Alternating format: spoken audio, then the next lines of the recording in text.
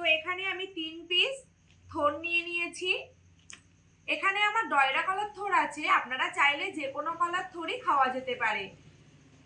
এখানে দেখুন থোড়টা কিন্তু মোটামুটি কচি আছে। তো প্রথমে আমি রেসিপিটা বানানোর জন্য থোড়টাকে সুন্দর করে কেটে নেব। কিভাবে কাটবো সেটাও আপনাদেরকে দেখিয়ে দেব। এইভাবে থোড়টাকে ধরে এরকম করে একটু বেশি করে পুরু করে ফেলে দিতে হয়।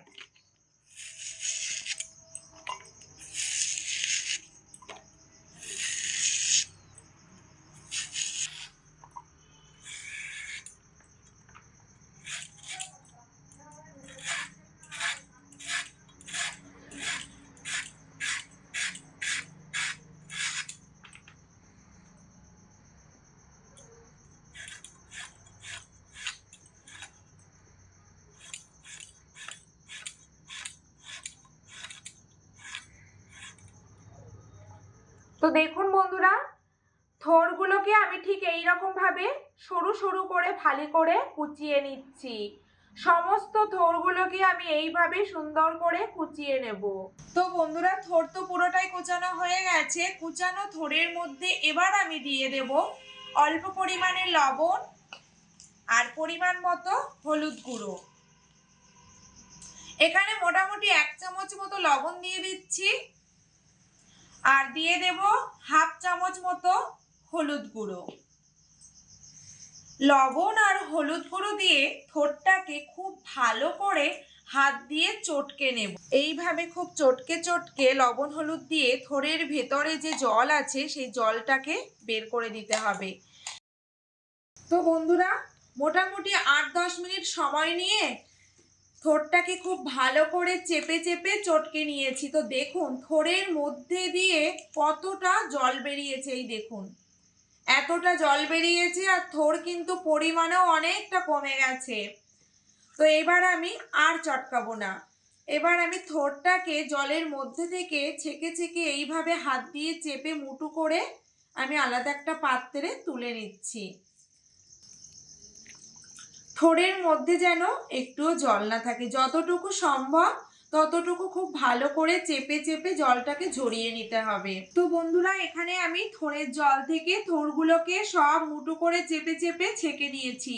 থোড়ের মধ্যে কিন্তু আর একটুও জল নেই, মোটামুটি যতটুকু সম্ভব চেপে নিয়েছি।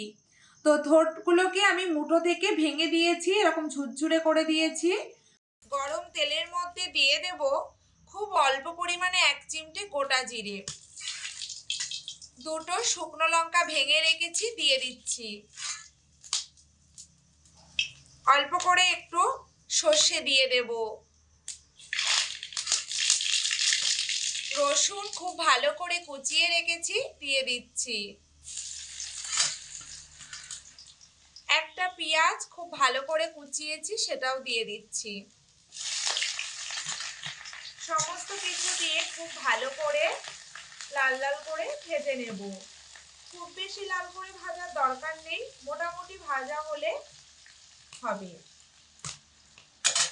এবার এর মধ্যে দিয়ে দিচ্ছি অল্প পরিমাণে নুন। নুনটা তো প্রথমেই আমার দেওয়া আছে চটকানোর সময়, তো এখনো আমি অল্প পরিমাণে নুন দিয়ে দেব। নুনটা যে যার মতো স্বাদ বুঝে দেবেন। দিয়ে দেব পরিমাণ মতো হলুদ গুঁড়ো।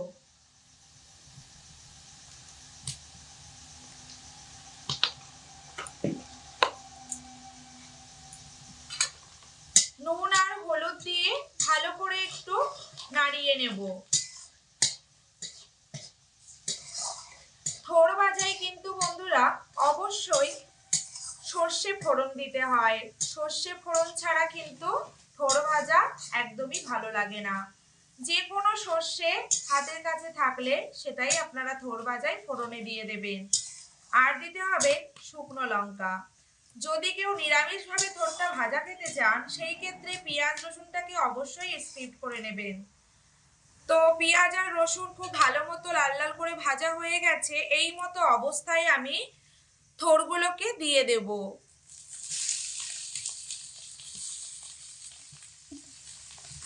থোড় দিয়ে খুব ভালো করে নাড়াচাড়া করতে হবে। তো বন্ধুরা, থোড়গুলোকে তেলের মধ্যে দিয়ে নাড়াচাড়া করার সময় অবশ্যই কিন্তু উনানের আঁচটা লো টু মিডিয়াম আঁচে রাখতে হবে। এই মতো অবস্থায় খানিকক্ষণ ভাজার পরে এবার আমি থোড়ের মধ্যে একটা ঢাকা চাপা দিয়ে মোটামুটি 5 মিনিট মতো এটাকে রেখে দেব একদম লো আঁচে। তো বন্ধুরা 5 মিনিট পরে ঢাকা চাপাটা খুলে দিচ্ছি। খুলে দিয়ে নাড়াচাড়া করে নেব। থোড়টা কিন্তু আগের থেকে অনেকটা নরম হয়ে এসেছে আর গায়ের রংটাও কিন্তু আগের থেকে অনেকটা পাল্টে গেছে। এই দেখুন গায়ে কিন্তু হালকা লাল লাল ভাব চলে এসেছে।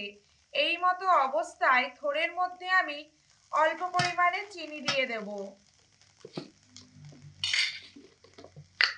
চিনিটা অবশ্যই দেবেন, যেহেতু থোড়ের মধ্যে কোনো মিষ্টি ভাব থাকে না সেই জন্য চিনিটা অবশ্যই দেওয়া দরকার। যদি কেউ মিষ্টি কম খান সেই ক্ষেত্রে অল্প পরিমাণে মিষ্টি দিয়ে দেবেন, আর যদি মোটামুটি কেউ বেশি চিনি খান সেই ক্ষেত্রে চিনিটা একটু বেশি দেবেন। থোড় ভাজা কিন্তু একটু মিষ্টি মিষ্টি না হলে খেতে একদমই ভালো লাগে না। তো চিনি দিয়ে মোটামুটি 3-4 বার নাড়াচাড়া করে নেব। আঁচটা কিন্তু আমার এই সময়ও লো আঁচেতেই রয়েছে, কোনো রকম ভাবে মিডিয়াম বা হাই আঁচে কিন্তু রাখা যাবে না। তো চিনি দিয়ে হালকা একটু নাড়াচাড়া করে আবারও আমি ঢাকা চাপা দিয়ে দিচ্ছি মোটামুটি 3 থেকে 4 মিনিটের জন্য। তো বন্ধুরা 3 থেকে 4 মিনিট পরে ফিরে এসেছি, ঢাকা চাপাটা খুলে দেব। থোড় কিন্তু ঢাকা চাপা দিয়ে বারবার নেড়ে চেড়ে রান্না করতে করতে অনেকটা কমে এসেছে আর থোড়ের কালারটা কিন্তু আগের থেকে অনেকটা চেঞ্জ হয়ে গেছে। এই দেখুন লাল লাল ভাব চলে এসেছে। থোড় কিন্তু খুব বেশি কড়া করে ভাজলে তিতো ভাব চলে আসে, খেতে একদমই ভালো লাগে না। তো এইভাবে লো আঁচে রেখে আরো মিনিট 2 ঢাকা চাপা না দিয়ে এইভাবে নাড়াচাড়া করে ভেজে নেব। তো বন্ধুরা সবশেষে আমি ঢাকা চাপা না দিয়ে মোটামুটি 2 মিনিট মতো নাড়াচাড়া করে থোড়টাকে ভেজে নিয়েছি। তো দেখুন সবশেষে থোড়ের কালারটা কিন্তু এরকমটাই হবে। এই রকম ভাজা রেখে তারপরে থোড়টাকে নামাতে হবে, তাহলে পারফেক্ট ভাজা হবে। এর থেকে বেশি কড়া করে ভাজলে থোড়গুলো চামাটি মতো হয়ে গিয়ে খেতে একদমই ভালো লাগবে না। তো আমি এই অবস্থায় উনান থেকে থোড়টা নামিয়ে নিচ্ছি। তো বন্ধুরা আজকে থোড় ভাজার রেসিপি আপনাদের কেমন লাগলো তা কমেন্ট করে অবশ্যই জানাবেন। আশা করছি আজকের ভিডিও আপনাদের ভালো লেগেছে। ভালো লাগলে লাইক কমেন্ট আর শেয়ার করতে কিন্তু ভুলবেন না। আজকের মতো ভিডিওটা এখানেই শেষ করছি। সবাই খুব ভালো থাকবেন, সুস্থ থাকবেন। আবারও দেখা হচ্ছে পরবর্তী কোনো ভিডিওতে। ধন্যবাদ।